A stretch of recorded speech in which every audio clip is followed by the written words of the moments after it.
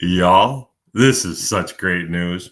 It is 10:22, and I want to tell you that I just spent the last 22 minutes laying down absolute poetry on this topic.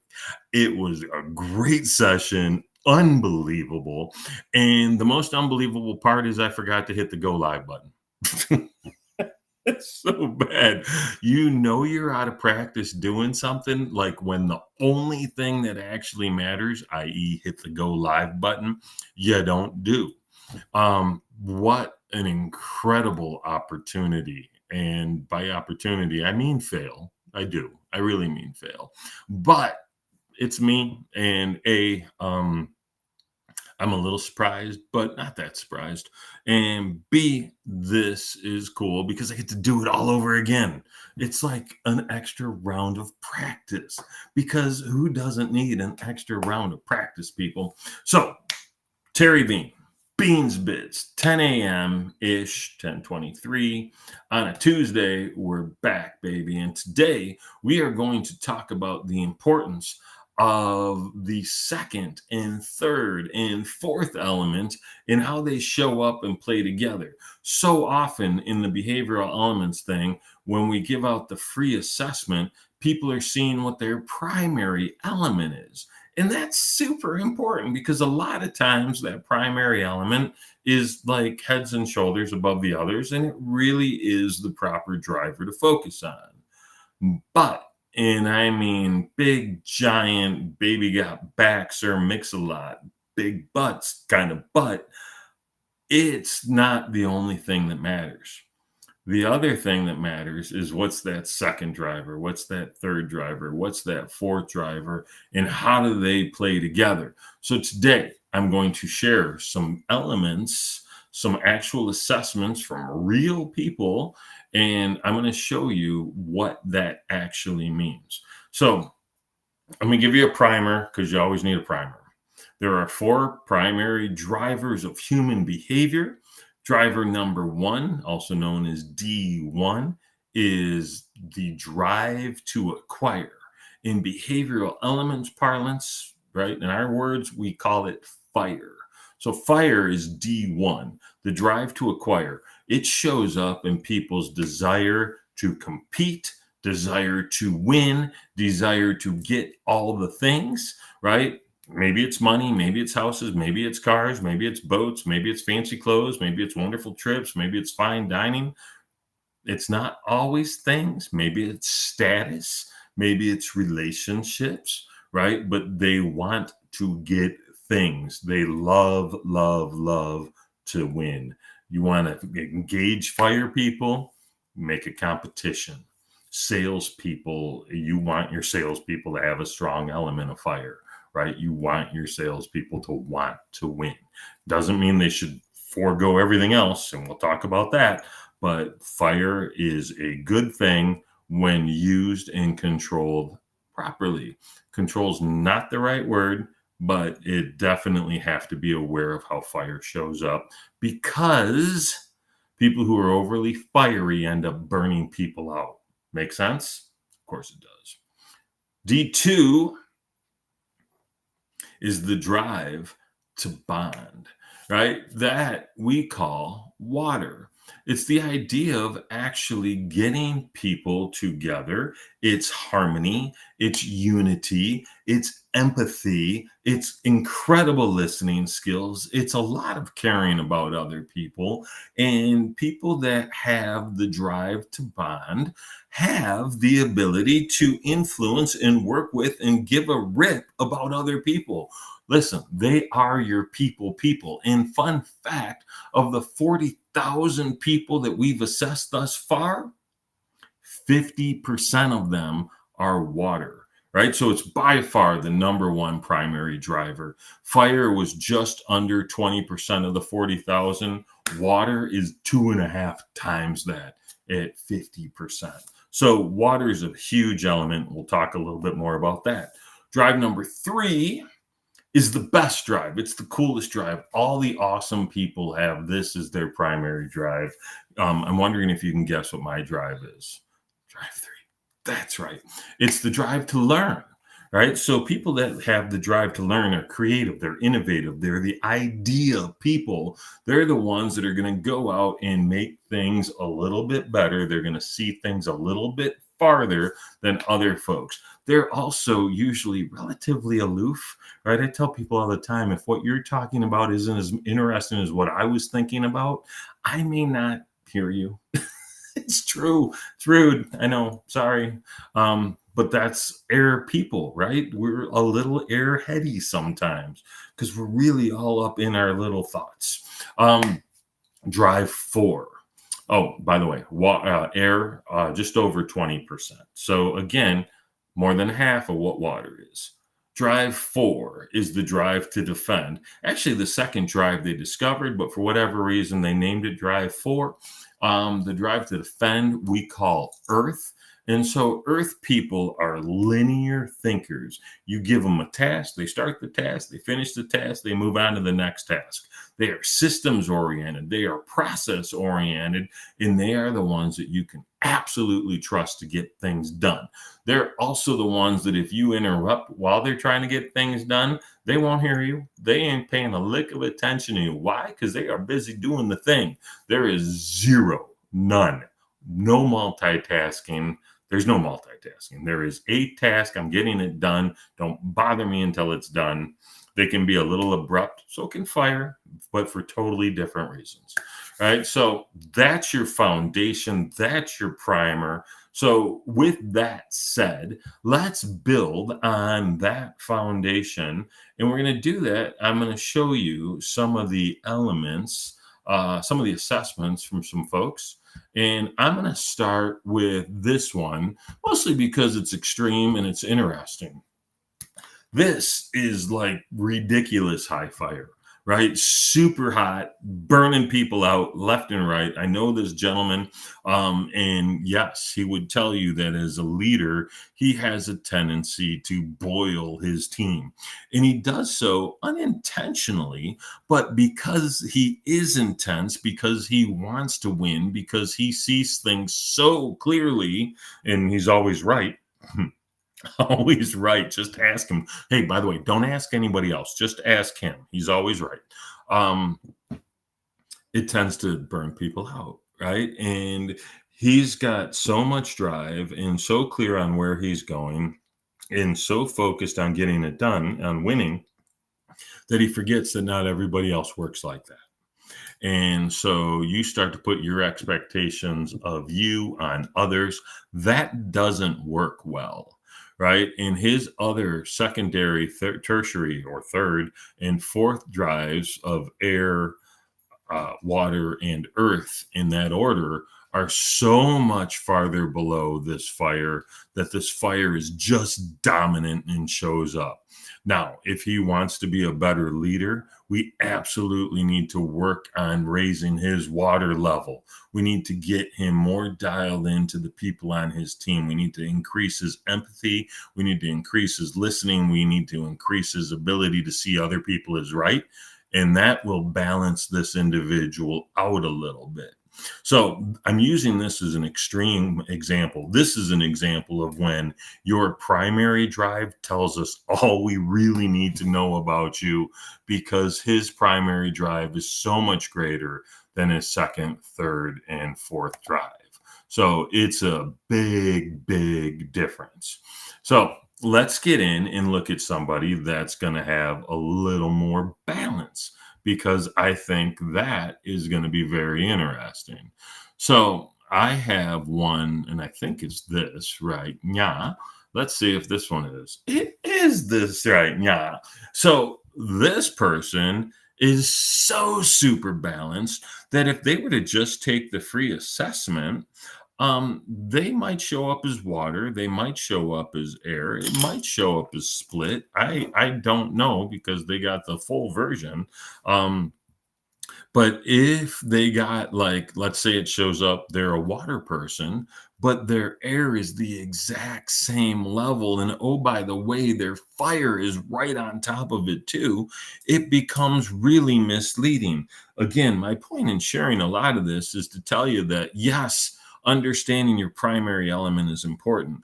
But without the knowledge of that second, third, and fourth element, you might be missing out on something. So, this is a nice pause time. Trybean.com/behavioral elements. Great place to go and figure out what that primary element is. It's a free assessment. You can learn about the assessment right there. I'll drop the link in the comments. But that's going to just tell you that primary element. There is a BE session, trybean.com/BE session that I believe is $99. That if you were to sign up for that, you're going to get the full assessment, a 27-page report, see all four of your elements scored just like this so you can visually see where they sit on that graph. And then you're going to get a half-hour coaching call with me personally, where I'm going to help you make sense of everything you just received. Totally worth the $99 because you're going to learn a little bit about you. You're going to learn a little bit how to relate to other people. And doubling down on that, there is a 90-minute class that's going to get you this full report. It's going to get you this class that's going to teach you how to use this knowledge to relate to others. And that one's called the relatability factor, with the belief that if all business is done with people who know, like, and trust you, then ding dong, we better figure out how to build know, like, and trust faster. That session, that class does that. Trybean.com/relatability factor. And I'll drop all these links in the comments. So, but this balance piece is really, really interesting. And it really shows how these people show up. They're innovative, but they want to bond. They want to get things done. Even their earth is high enough to get things done, but they like to win too. So this is like almost as balanced of any report I've ever seen. It's not Brad Voorhees balanced, but it's pretty ding dong balanced. Is that the second time I've said ding dong? Because that's kind of ding dongish. That's 3 people. That's 3. Who else can pull that off? Huh? Who else? Drop it in the comments. Who can pull that up? All right. So we've looked at someone that's pretty balanced. We've looked at somebody that's ridiculously out of control, fiery. And let's look at somebody who's obviously super cool. What would you guess their primary element is if I'm saying they're super cool? Yes, of course it's air, people, because I'm biased. Hello. I like this one in particular because this individual, much like the founder of Behavioral Elements, Jay Johnson, has. No, I lied. I'm going to stop talking because this is untrue. Whatever I was going to say is backwards and wrong. Nothing like it. Pay no attention to the guy behind the screen. So having a high air is really, really good. And having a high fire means that fire, right, that drive to acquire is going to push that drive to innovate, drive to create, drive to ideate higher, right? And their earth being as high as it is gives them the opportunity to actually get things done. Now, I know you're looking at earth saying 3-4. Is 3-4 high? Well, my earth is 2-5. 2-5 is effectively 0, right? It's non-existent. So like that's a whole point above mine. So that's high. Yes. And I don't remember if I mentioned this, but Earth only makes up 10% of the population for a primary driver. So having Earth and the ability to get things done is pretty awesome. And I'm a big fan of that. So this blend, right, is pretty interesting. And it's also unique because we don't see water as the lowest element very often, right? So their drive to innovate and create is far greater than their drive to bond with other people.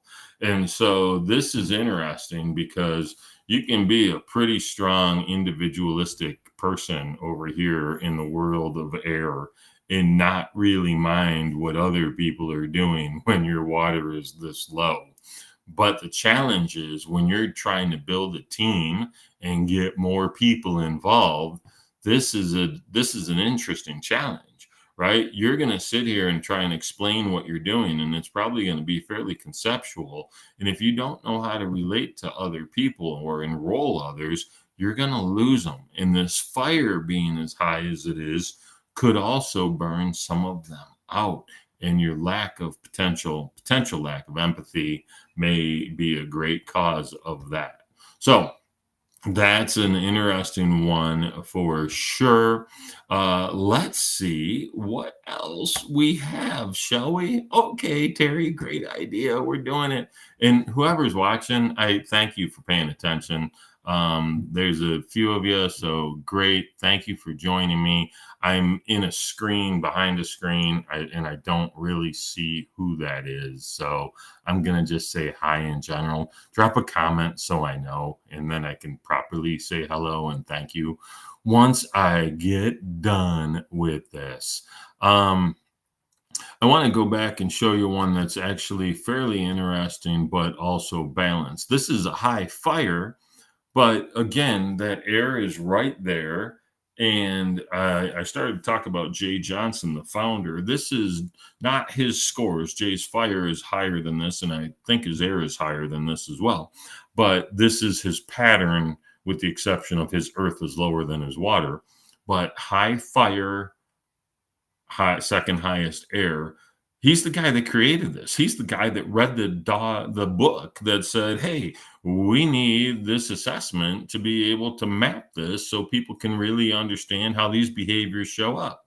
And so his high air was bolstered by his even higher fire to get this done, even though this is kind of systematic and process oriented, which means like a earthy kind of thing. So he leveraged some of the relationships he had to work on this, to put this together, to build this out. Because as Jay would tell you, just because you're low in an area doesn't mean you're bad at it. And just because you're high in an area doesn't mean you're good at it. It's just the ease, the ability to get in and out of the flow of these tasks that really matters.